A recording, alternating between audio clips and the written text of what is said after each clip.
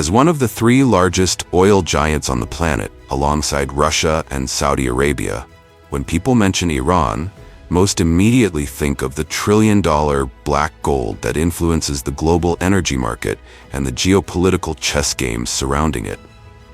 Few people know that, beyond oil, Iran also possesses one of the leading agricultural sectors in the Middle East, quietly generating around $7 billion in revenue each year. But how can a country suffering from severe water shortages, where much of the territory is desert and which has faced some of the harshest international sanctions for decades, still manage to produce up to 96% of its essential food needs domestically? In this video, Agriculture Insight will explore Iran's agriculture, where cheap energy advantages, food self-sufficiency strategies, and farming systems adapted to an arid climate have transformed the country into one of the Middle East's leading agricultural powers. Now, let's begin.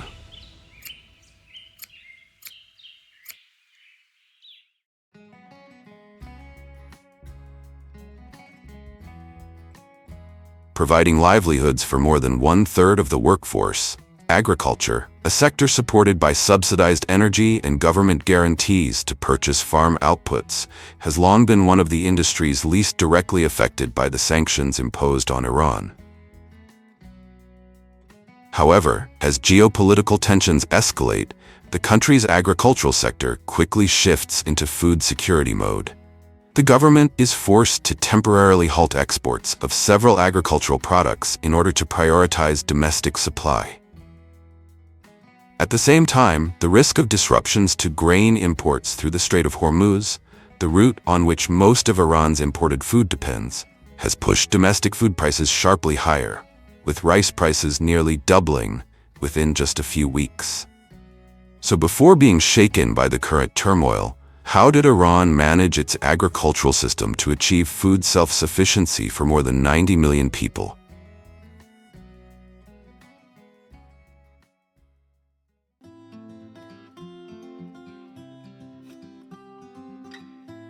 From the three tiny red stigmas hidden deep inside each purple flower, Iranians have created the world's most expensive spice, saffron. With prices typically ranging from several thousand to nearly $10,000 per kilogram, higher even than vanilla, Iran now controls nearly 90% of the global saffron supply. The heart of this industry lies in Khorasan Razavi province, in northeastern Iran, a semi-arid plateau where scorching dry summers meet cold winters and extremely low rainfall. Yet it is precisely this harsh environment that provides ideal conditions for saffron, a delicate crop grown from bulbs buried deep beneath the soil, highly sensitive to excess water, and blooming for only a few brief weeks in autumn. The saffron harvest lasts only about 6 weeks each year. During this brief window, farmers begin their work at dawn and finish before noon, when the intense sunlight causes the flowers to wilt quickly and the precious flavor compounds inside begin to deteriorate. All saffron is harvested entirely by hand. Each flower is carefully plucked from its stem and placed into breathable baskets rather than sealed bags, because even slight compression or heat buildup can almost immediately reduce its quality. Despite generating enormous export value, the workforce behind this delicate process, mostly women in Iran's rural communities, often earns no more than $5 a day for work that demands near absolute patience and precision. After harvesting, the delicate purple flowers are quickly transported to processing facilities to prevent bruising. There, the flowers are spread out in dry, well-ventilated spaces away from direct sunlight to preserve their quality before the most critical stage begins: stigma separation. Each flower is opened by hand, revealing 3 deep red stigmas, the only part kept for saffron production. This seemingly simple task is extremely labor-intensive. A skilled worker can separate about 600 stigmas per hour, meaning it takes roughly 40 hours of meticulous labor to produce just 1 kilogram of high-quality saffron.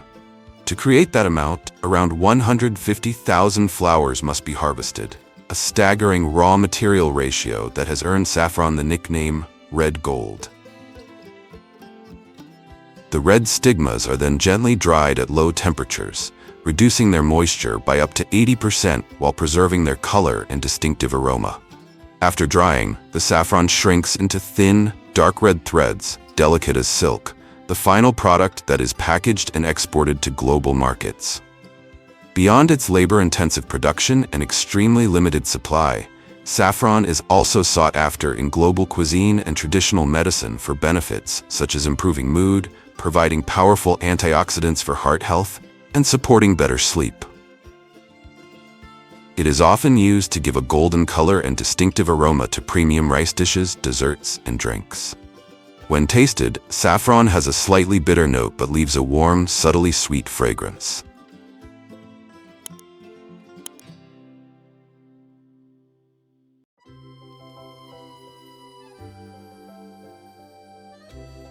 After saffron, Iran possesses another strategic agricultural weapon worth more than $1.5 billion each year: pistachios, the biggest rival to California almonds on the global market. The star of this industry is the Akbari variety, an exceptionally long pistachio with a distinctive pink-purple shell, widely grown in Kerman province. Even on harsh saline soils, pistachio trees thrive thanks to their strong drought tolerance. However, the crop follows an alternate bearing cycle. After a heavy harvest one year, yields naturally decline the next as the trees recover, creating an unpredictable supply rhythm for global markets. The story of Iranian pistachio quality begins with the meticulous art of hand harvesting in late summer. Instead of relying on large-scale industrial shaking machines like those commonly used in the United States, Iranian farmers continue to favor traditional methods, hand-picking the nuts or gently striking the branches with wooden sticks to protect the trees for the next season. Large sheets are carefully spread beneath the trees to catch the falling nuts, ensuring they never touch the ground. This helps keep the inner shells clean and white while preventing the kernels from contamination or damage. A skilled worker can harvest 40 to 50 kilograms of pistachios per day, and during peak season, tens of thousands of laborers converge on the pistachio orchards of Kerman province. Once the pistachios leave the orchards, they must be transported to processing facilities on the very same day to begin post-harvest treatment. While harvesting remains deeply traditional, Iran's processing stage represents a technological leap forward. Inside the factories, each batch is dehulled, cleaned, and sent through rigorous sorting lines equipped with optical sensors. For premium varieties such as Akbari, workers still perform additional manual inspections to ensure perfect uniformity before the nuts are packaged for export. Ironically, the harsh desert soils play a crucial role in the flavor of Iranian pistachios. The stressful growing conditions concentrate natural oils within the kernels, allowing them to withstand roasting temperatures above 180 degrees while retaining their rich taste and distinctive aroma. This unique quality has made Iranian pistachios highly prized among confectionery and gourmet food producers, even though the United States now produces nearly twice as many pistachios overall.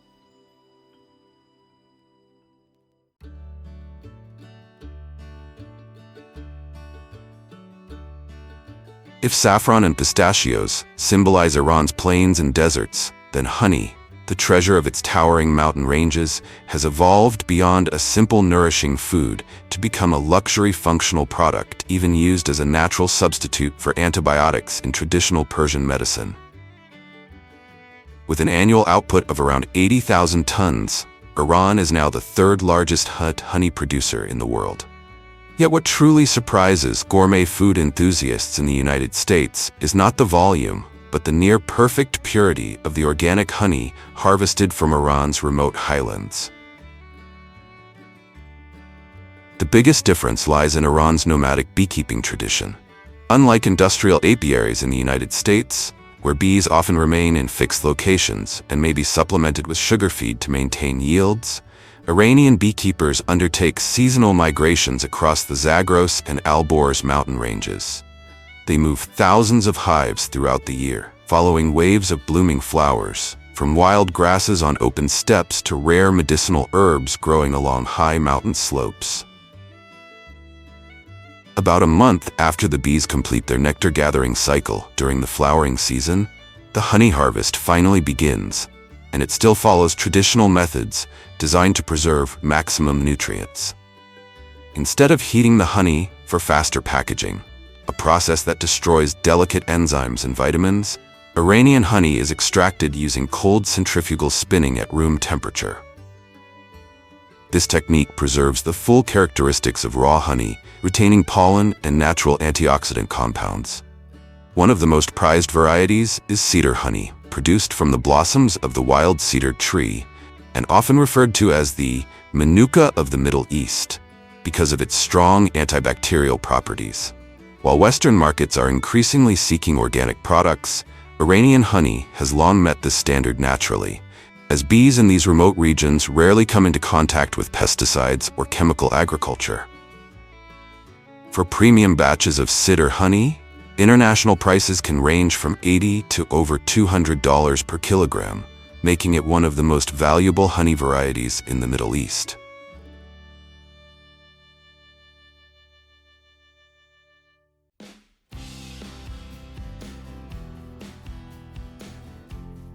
From the high mountains, we descend to the lush southern oases, where Iran cultivates one of the desert's most important crops, the date palm. With an annual production of more than 1 million tons, Iran is now the largest rival to Egypt in the global supply race, accounting for roughly 15% of the world's date production. From August to October each year, the harvest becomes a true test of patience and precision. Because dates do not ripen uniformly on the same cluster, workers must climb trees that can reach tens of meters high multiple times, picking only the fruits that have reached perfect ripeness. This careful method preserves the delicate skin of the fruit at the moment when it is at its most juicy and flavorful. Under favorable conditions, a skilled worker can harvest around 100 to 150 kilograms of fresh dates per day.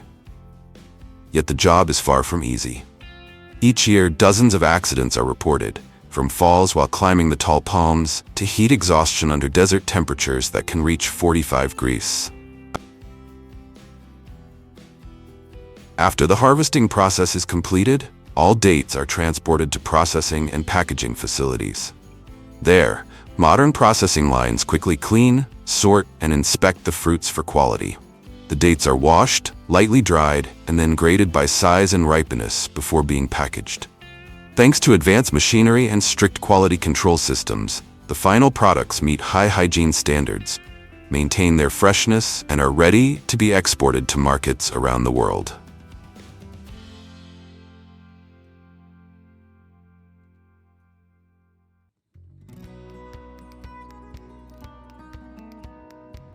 Without the lush green pastures of the Netherlands or the vast ranching systems of Australia, Iran still ranks among the top 4 countries in the world with the largest sheep population. Despite its harsh terrain, the livestock sector here operates largely through ancient nomadic herding traditions, with more than 50 million sheep supplying the essential raw material for the multi-billion-dollar Persian carpet industry. On rocky mountain slopes, Iran's nomadic sheep live alongside their herders in temporary camps at elevations of up to 3,000 meters. To sustain the flocks in such water-scarce environments, herders build simple trough systems that channel water from small mountain springs, ensuring the animals maintain stable digestion and rumination. Each year around May, when the plains begin to scorch under intense heat, the flocks migrate upward into the mountains in search of cooler climates. On barren slopes where grass is scarce, they survive by feeding on drought-resistant plants such as thorny shrubs, wild herbs, and sparse dry grasses growing between rocks, while relying on the few underground water seepages scattered across the rugged terrain. It is precisely this diet, rich in essential oils from wild mountain plants, combined with constant movement across steep slopes, that produces a distinctly different kind of lamb. The meat is leaner, firmer, and far more flavorful than lamb raised on industrial grain feed. Beyond meat, sheep milk in Iran is still hand-milked directly at mountain camps, With its exceptionally high levels of protein and fat, this milk forms the foundation of the famous Legvan cheese, a long-standing delicacy prized across the Middle East. The use of sheep does not stop at food. Wool harvesting here remains entirely manual. Instead of electric clippers, which are faster but can damage the natural structure of the fibers, nomadic herders use large hand-forged steel shears to control the precise length of each fleece. From this wool comes the ultra-fine Kirk fiber, the essential material behind Persian carpets that can sell for tens of thousands of dollars in luxury markets such as New York and California. Today, sheep have effectively become a form of mobile bank for many rural households in Iran. Within just a few years, the value of a single sheep has increased 2 to 3 times, turning livestock into a crucial financial buffer against natural disasters, inflation, and the unpredictable economic pressures the country now faces.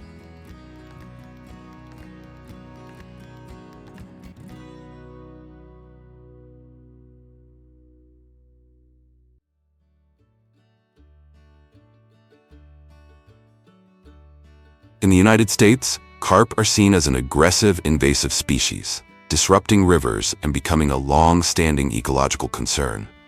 But in China, that very same fish is a pillar of freshwater aquaculture, generating more than 30 billion USD and supporting millions of households.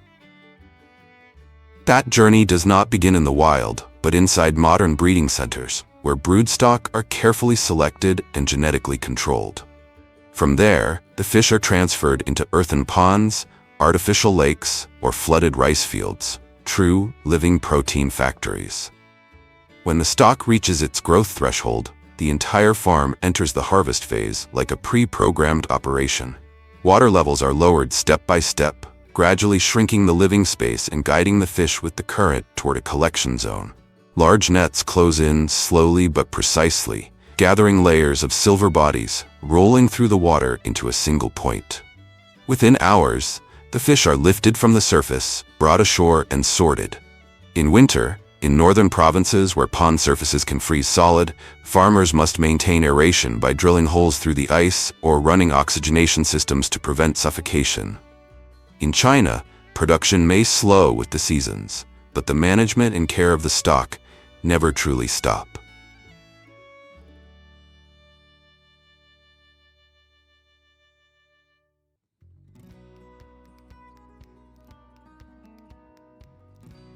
In China, sea cucumbers, strange creatures with no brain, no bones, and breathing through their anus, are not only a biological curiosity of the ocean, but also a living treasure beneath the seabed, supporting a food and medicinal industry worth nearly 20 billion USD each year.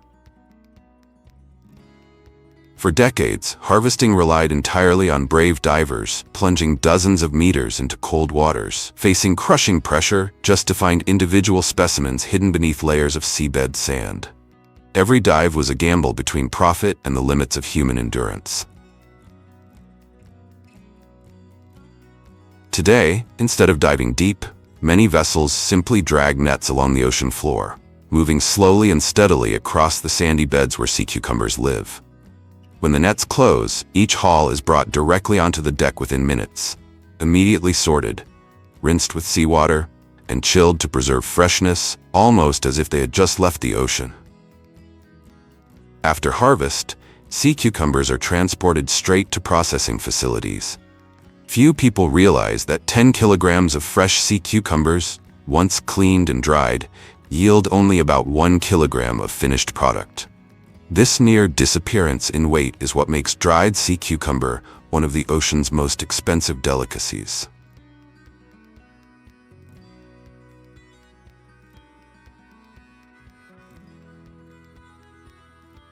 Once considered a stubborn menace to farmland, threatening ecological balance, crayfish are now rolled out the red carpet in China as they become the centerpiece of a massive agricultural transformation worth 45 billion USD. In China, the rice crayfish model operates as a closed-loop ecosystem. The flood season nurtures aquatic life, while the rainy season returns fertile rice fields. But the real value does not stop in the paddies. Beyond the cultivation zones, crayfish are also harvested from wetlands spanning dozens of hectares, where the water surface is thick with vegetation and hundreds of traps are pre-arranged like an automated harvesting system. Motorboats weave through the dense greenery as each trap is pulled up in steady succession, revealing batches of live crayfish thrashing inside ventilated stainless steel containers. The process runs at an industrial rhythm. Pull the trap, empty the catch, rebait, and reset at precise coordinates. A single worker can handle between 500 and 1,000 traps per day, keeping the harvest flow uninterrupted.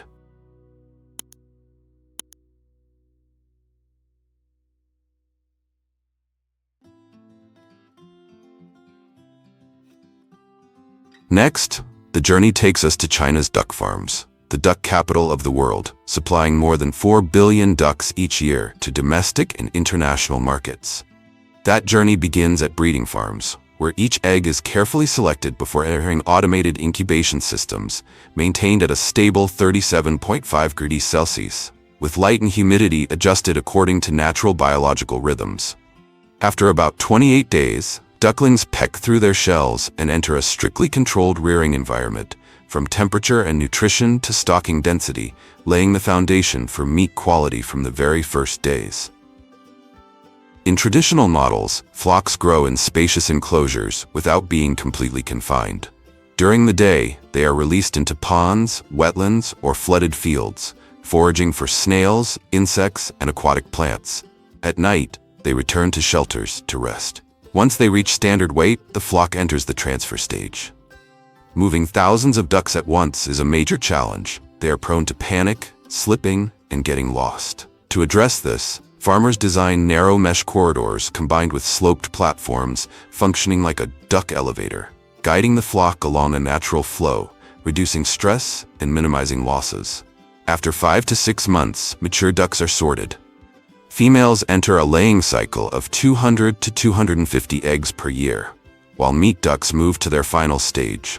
It is this meticulous chain of control that creates thick skin, ideal fat ratios, and firm meat texture, the foundation for the golden, crispy skin and succulent flesh of Peking duck, a dish that has appeared on imperial banquet tables for more than 600 years.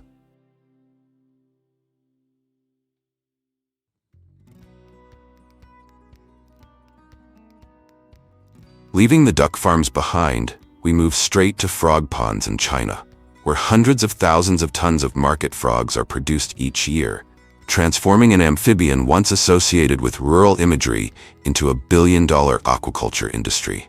In modern farming ponds, the journey begins with a distinctive biological moment known as amplexus, when the male clasps the female's back to fertilize eggs directly in the water. Thousands of eggs quickly appear, and within just a few days hatch into tadpoles, entering a strictly controlled rearing system. Water maintained at 26 to 30 degrees Celsius, neutral pH levels, and an absolutely calm environment to minimize stress, a critical factor for this highly sensitive species. As they develop, young frogs are raised in shallow tanks with a gentle water flow, providing oxygen while stimulating natural hunting reflexes. High-protein feed supports rapid growth, while stocking density is continuously graded to prevent conflict, a strong competitive instinct of amphibians. Water is also changed frequently, as even small accumulations of waste can disrupt the entire system. Once they reach a larger size, the frogs are transferred to outdoor tanks and specialized net systems, where natural water flow continues to sustain growth without interrupting their cycle. At harvest season, water levels are gradually lowered, and soft nets guide the frogs to move naturally into collection zones, rather than being forcibly captured. As a result, the meat retains its firmness and perfect fiber structure, ready to enter processing lines, from delicate steamed dishes to golden, crispy roasted versions, completing the journey from pond to modern dining table.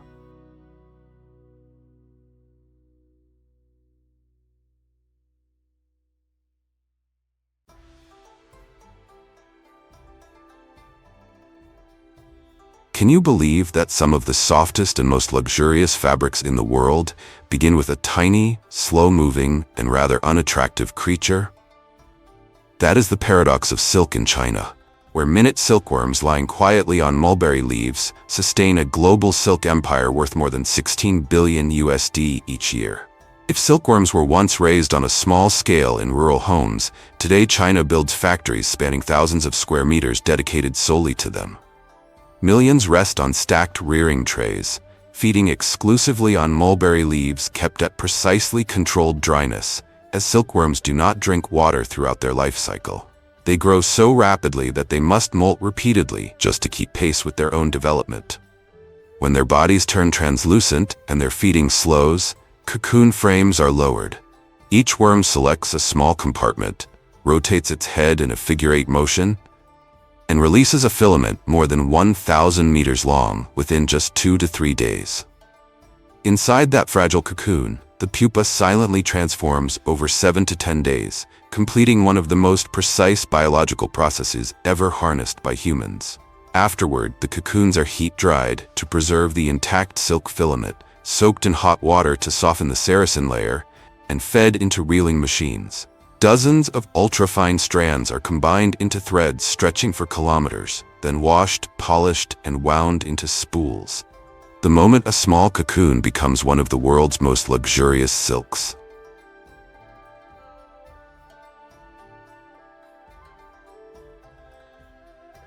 Seemingly nothing more than a venomous weapon in ancient legends, scorpions are in fact a rare commodity valued at up to 3,000 USD per kilogram on the medicinal market. In industrial scorpion farming, everything begins with a simple principle: separation to control life. During the juvenile stage, or right after molting, each scorpion is raised individually in small cups. This prevents cannibalism and allows farmers to closely monitor growth and survival. Once their size becomes uniform and their bodies stabilize, they are moved into group systems, large trays, cement tanks, or plastic containers filled with stacked egg cartons that create hundreds of hiding spaces. This compact setup maximizes space while preserving natural behavior. Feeding is carefully calculated. Crickets, cockroaches, or small insects are provided just 2 to 3 times per week, as their slow metabolism allows them to endure long periods without constant food. After 6 to 12 months, when they reach commercial size, scorpions are collected with specialized tools and sent to facilities for medicinal processing, venom research, or specialty cuisine. Our first stop takes us to Georgia, the largest state east of the Mississippi River, characterized by the hot, humid subtropical climate typical of the American South. These natural conditions, harsh for humans, have ironically become the perfect foundation for Georgia to build a vast poultry empire, earning it the title of the poultry capital of the world. In the 1920s, when the boll weevil infestation wiped out cotton fields across the region, local farmers pivoted to chicken farming, repurposing the existing railroad network to ship food into massive consumer markets such as Chicago and New York. Today, Georgia's poultry industry operates under an extremely strict, vertically integrated model, where corporations like Cobb Vantress engineer super chickens, with reinforced leg bone structures and resilient cardiovascular systems, capable of supporting body weights that double in half the time compared to previous generations. Inside high-tech poultry houses, LED lighting is dimmed to minimal levels to suppress movement, forcing energy to be almost entirely channeled into developing breast meat, the most economically valuable cut of white meat.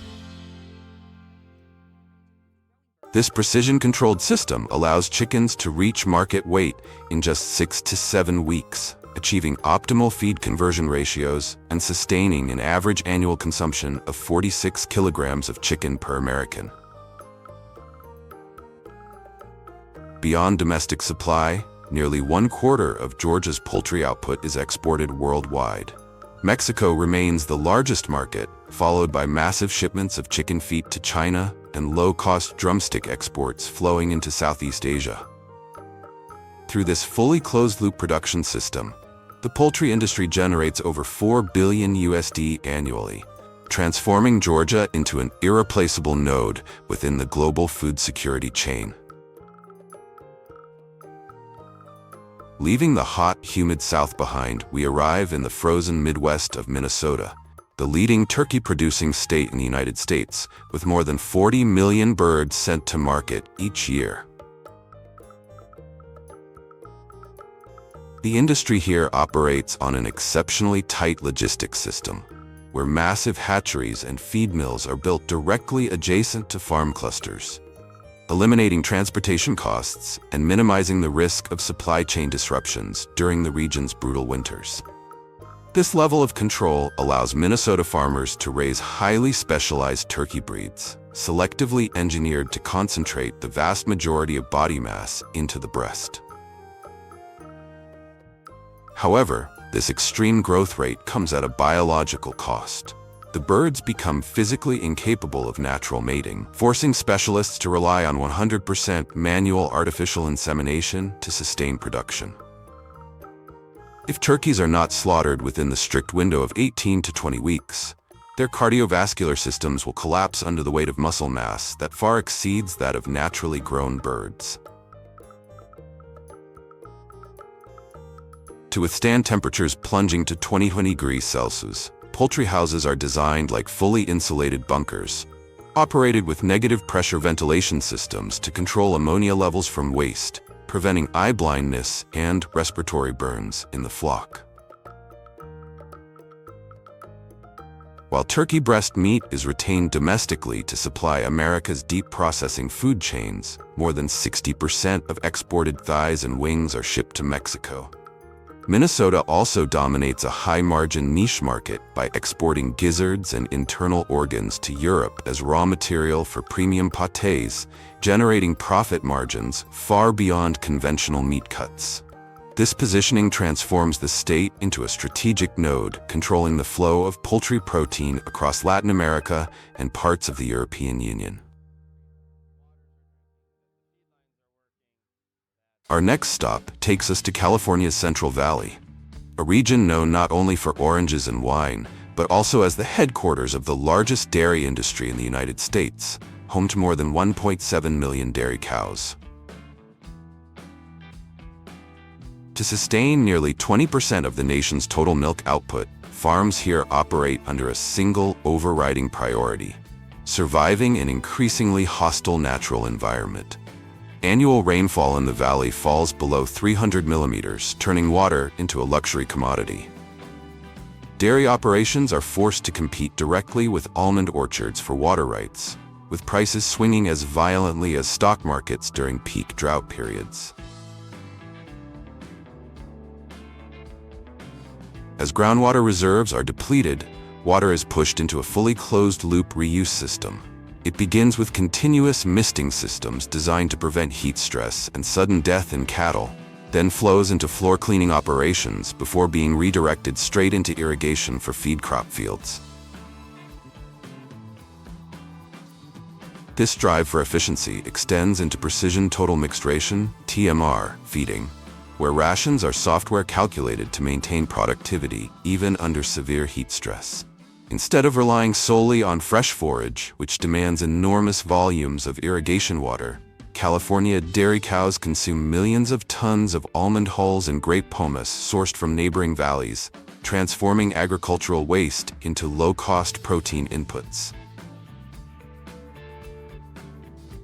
At the same time, milking operations are fully industrialized through rotary milking systems capable of processing thousands of cows per hour. Each animal wears sensor-equipped collars that track behavior and health in real time, turning every cow into a living data point. This allows farm managers to make predictive, data-driven decisions, from optimizing breeding cycles to detecting disease early, rather than relying on instinct. Powered by this technological foundation, California has become a massive supplier of raw milk for the global milk powder industry, while also dominating the mozzarella cheese segment that feeds international fast food chains. Yet this prosperity faces a critical bottleneck: labor. Up to 90% of the workforce on dairy farms consists of immigrants, primarily from Mexico and Central America. As border policies tighten and the cost of living in California continues to rise, the dairy sector is struggling to maintain the round-the-clock labor required to keep operations running. To offset rising costs, farm owners are increasingly investing in anaerobic digesters, converting manure into renewable natural gas sold back into the state's energy grid. This shift creates a secondary revenue stream that helps preserve profitability, but it also pushes smaller farms toward bankruptcy due to the high capital costs of technology adoption. As a result, power within the dairy industry is becoming ever more concentrated in the hands of a few mega-corporations that now control both food production and energy generation. In Iowa, pigs now outnumber people by a ratio of 8-to-1. With a total herd exceeding 24 million head, the majority of pork produced in the state supplies the domestic U.S. market, while also serving strategic export destinations such as Mexico, Japan, and especially China.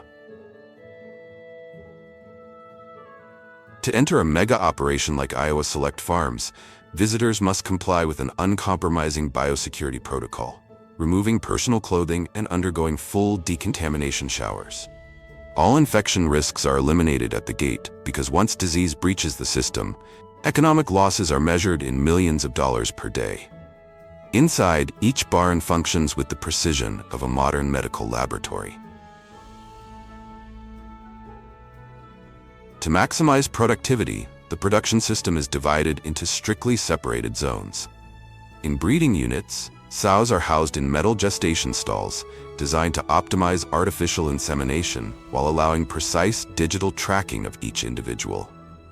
In farrowing units, specialized protective crates are used, mechanical designs that prevent the sow's natural movements from crushing piglets, ensuring near total survival rates and guaranteed access to colostrum. All waste is managed through slatted flooring systems, keeping the environment dry while physically separating animals from pathogens. This level of precision allows a single facility with 3,000 breeding sows to consistently supply 1,300 piglets per week to satellite finishing farms. Notably, Iowa has completely eliminated antibiotic growth promoters to meet the strict standards of premium markets such as Japan, limiting antibiotic use solely to therapeutic treatment under veterinary supervision. This approach not only addresses animal welfare concerns, but also serves as a passport for Iowa pork to enter the world's most demanding supply chains.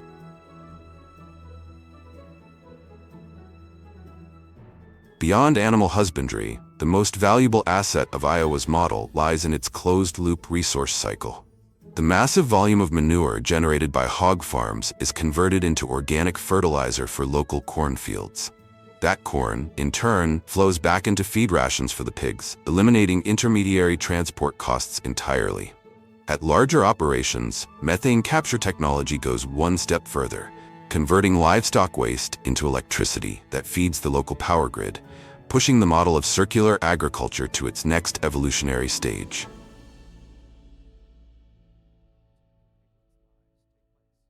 Everything in Texas is bigger, and its herd of 12 million cattle is the clearest proof.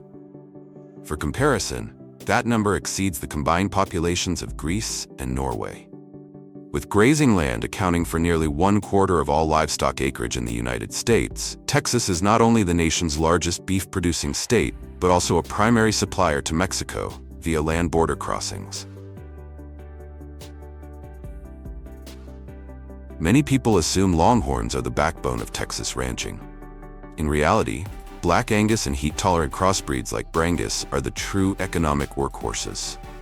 In the early stages, cattle roam freely across ranches spanning thousands of acres, developing strong natural skeletal frames. Once they enter the finishing phase, they are moved into massive feedlots, where they are fed energy-dense diets of cracked corn and cotton byproducts. The objective is clear: reach 600 kilograms live weight with commercially viable marbling.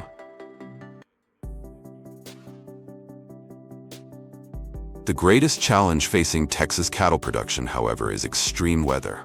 A cow with a thick coat can tolerate temperatures as low as 8 degrees Celsius thanks to natural insulating air pockets trapped between coarse hair fibers, But the real enemy is freezing rain and snow. Once soaked, the coat collapses and freezes directly against the skin, eliminating insulation entirely. At that point, the animal must burn its entire energy reserve simply to survive, resulting in rapid weight loss, a worst-case economic scenario for any rancher. To solve this problem, Texas has transformed bushland, one of the world's densest cattle feedlot regions, into a center for digitized livestock management. At the Texas A&M AgriLife Research Center, drones are gradually replacing traditional cowboys. Instead of manual inspections, specialists deploy thermal imaging cameras to scan thousands of animals, accurately identifying individuals with elevated body temperatures during the earliest incubation stages of disease. This enables targeted treatment, reducing costs while preserving meat quality and minimizing unnecessary intervention. After roughly 150 days of finishing, cattle that meet specifications are transported directly to large-scale packing plants operated by JBS or Tyson Foods, located within the state. There, AI-assisted grading systems, alongside USDA inspectors, classify beef based on marbling levels. Yet despite meticulous care, only about 5% of total output qualifies as USDA Prime, the highest grade destined for elite steakhouse markets worldwide. Beyond Mexico, demanding markets such as Japan and South Korea have become core buyers of Texas beef, accounting for up to 60% of export value, driven by trust in the strict production standards of this modern Western cattle empire.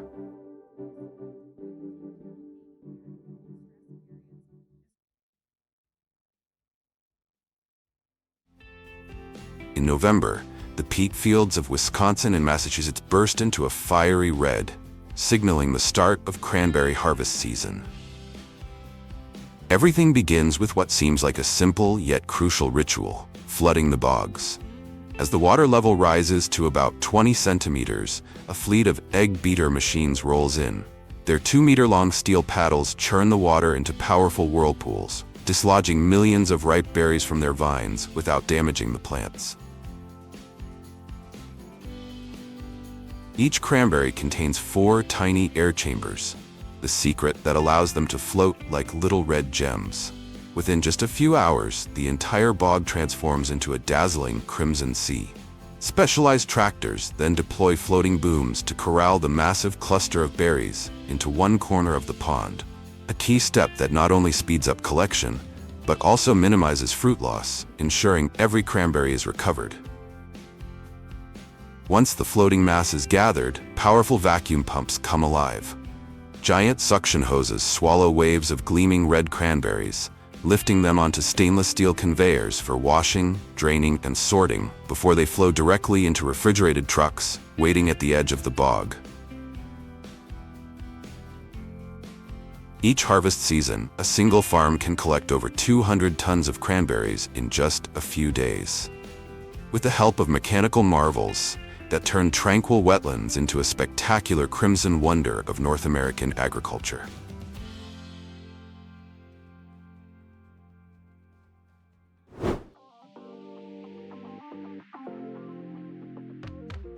These Pleger pea viners are the true giants, the ultimate masters of the industrial green pea world. Standing over 4 meters tall and stretching nearly 12 meters long, they operate like advanced mobile factories across the fields. In just 1 hour, a single giant can sweep through nearly 10 hectares, harvesting tens of tons of fresh peas, an efficiency that hundreds of manual laborers could hardly match. Yet, sheer power alone doesn't define the Pleger's true class. What sets it apart is its near-perfect mechanical sophistication. At the front, the low-cutting header gently taps the pea plants, lifting each cluster without bruising the pods. Immediately afterward, a spiral conveyor draws the entire plant into the vining drum, where rotating cylinders and vibrating sieves work in harmony, strong enough to separate the peas, yet delicate enough to keep each tender green pearl intact and glossy. Inside the machine's body, streams of compressed air and circulating wind remove leaves, stems, and husks, leaving behind only the plump, vibrant peas that tumble into a massive rear hopper. Once full, a hydraulic arm swings out to unload the peas directly into an accompanying truck, allowing the entire operation to run continuously without a single pause. Thanks to these colossal harvesters, the Netherlands leads Europe in industrial pea production, accounting for over 30% of the region's total, reaffirming its status as one of the world's most advanced agricultural powerhouses.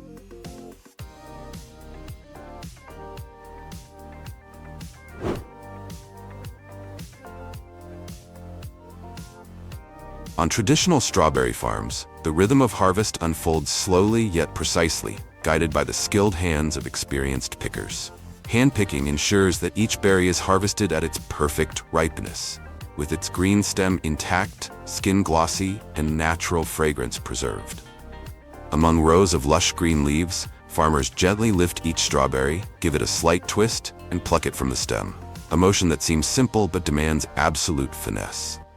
Once a basket is full, the fruit is immediately taken to a cooling station, racing against time to lock in its freshness and sweetness. But inside high-tech greenhouses, autonomous robotic arms are gradually replacing human hands, marking the pinnacle of modern agriculture. Equipped with multispectral AI cameras and 3D sensors, these robots can detect ripeness by analyzing the hue of red and surface gloss, then command soft grippers to gently pick each berry and place it carefully into collection trays. Despite the steep investment, over $300,000 for a complete robotic system, these machines represent a bold leap forward, bringing agriculture ever closer to an era of intelligent and fully automated farming.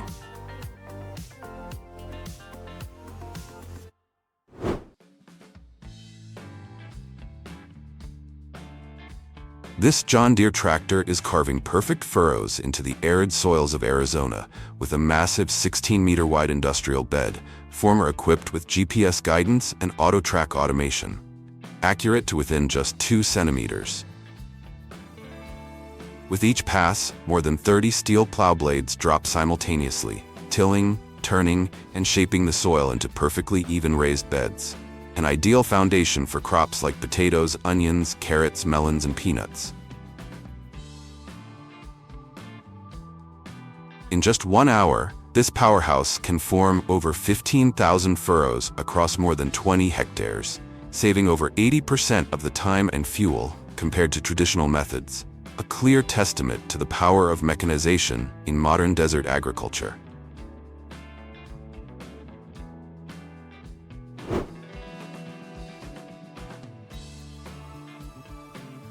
The rocky, uneven lands that once took farmers weeks to clear by hand have now been completely conquered by the power of industrial rock pickers.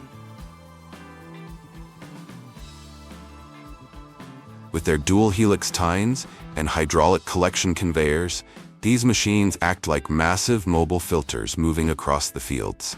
As they advance, dozens of rotating tines dig deep into the soil, digging, rolling, and sifting each layer to separate rocks from earth in a single pass. Stones ranging from 5 to 60 centimeters are gathered by the spiral scoop, then gently carried up a hydraulic conveyor into the rear hopper, where they are compacted and dumped into trucks within seconds. Widely used in Canada, the US, and several European countries, these machines represent the quiet yet crucial first step of every growing season, laying the perfect foundation for the first green shoots to rise from soil that's clean, level, and flawless down to the last centimeter.